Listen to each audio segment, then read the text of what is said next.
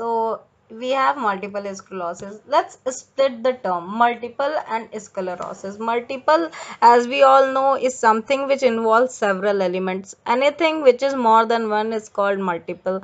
So multiple is there, and sclerosis is the main term to focus on, that is abnormal hardening of tissues, a disease in which the immune system eats away the protective covering of nerves. So we know that our nerves in the nervous system are covered with a particular sheath called myelin sheath. When our immune system tends to eat away the protective covering of the nerves, then this condition result into the multiple sclerosis condition, and which is abnormal hardening of tissue that has been discussed earlier.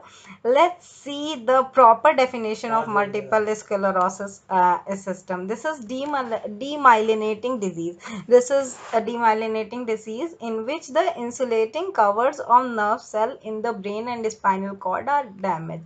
So when there is a damage of insulating covering, then it obviously gonna result in damage of nerves and nervous system. So brain and spinal cord, as we all know, together forms the central nervous system. So this part of the nervous system, it starts to degenerate, and the condition is called multiple sclerosis.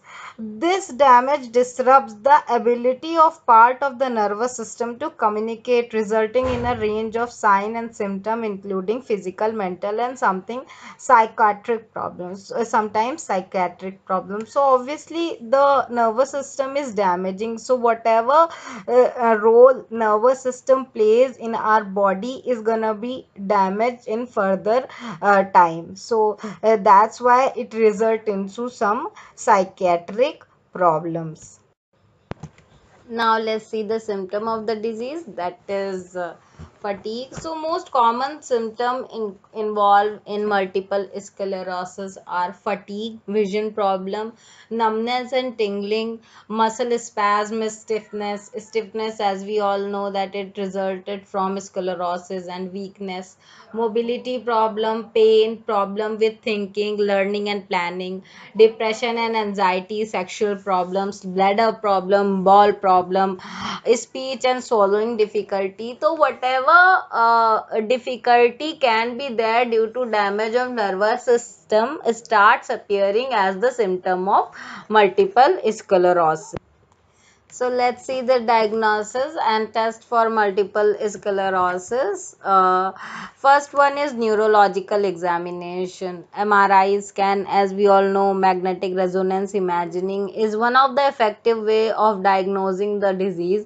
Evoked potential is test. Lumbar puncture. So lumbar puncture is something which is the most effective test for multiple sclerosis. In this, a needle is inserted into the lumbar region of spinal cord, and this cerebrospinal fluid is taken out, and which is further used for the test of multiple sclerosis. Blood test, this is one of the common tests. So these are following are the different methods by which the diagnosis of multiple sclerosis can be done, and the most important and the effective one used till date is lumbar puncture.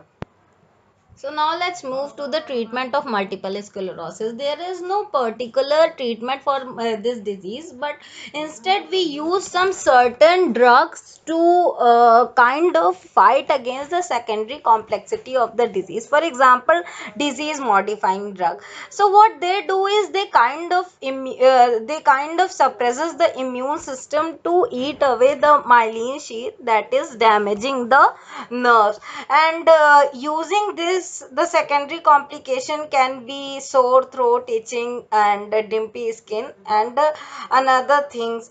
Now let's see the beta interferons. They are the most common drug that are used in MS, that is multiple sclerosis.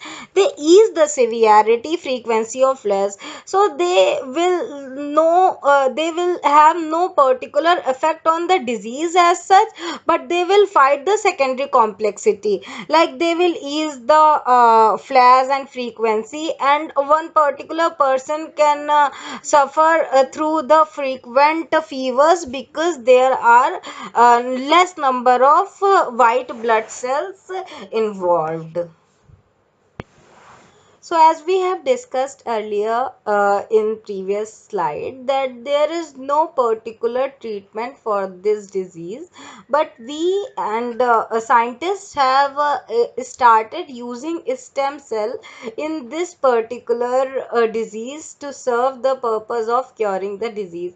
So in this stem cell therapy, HSCT stands for hemopoietic stem cell therapy, involve extracting of white blood cell from the bone marrow of the person with multiple sclerosis. So in this stem cell therapy treatment, some of the white blood cell are extracted from the bone marrow of the patient of multiple sclerosis, and they are treated with chemotherapy drug, and so that the white blood cell essence that they forget about the MS condition that they were dealing with earlier, and then they are reinfused into the body of the patient, and in such way stem cell therapy are used for the treatment of multiple sclerosis. But still it is not that feasible because this treatment cost a lot of money rather than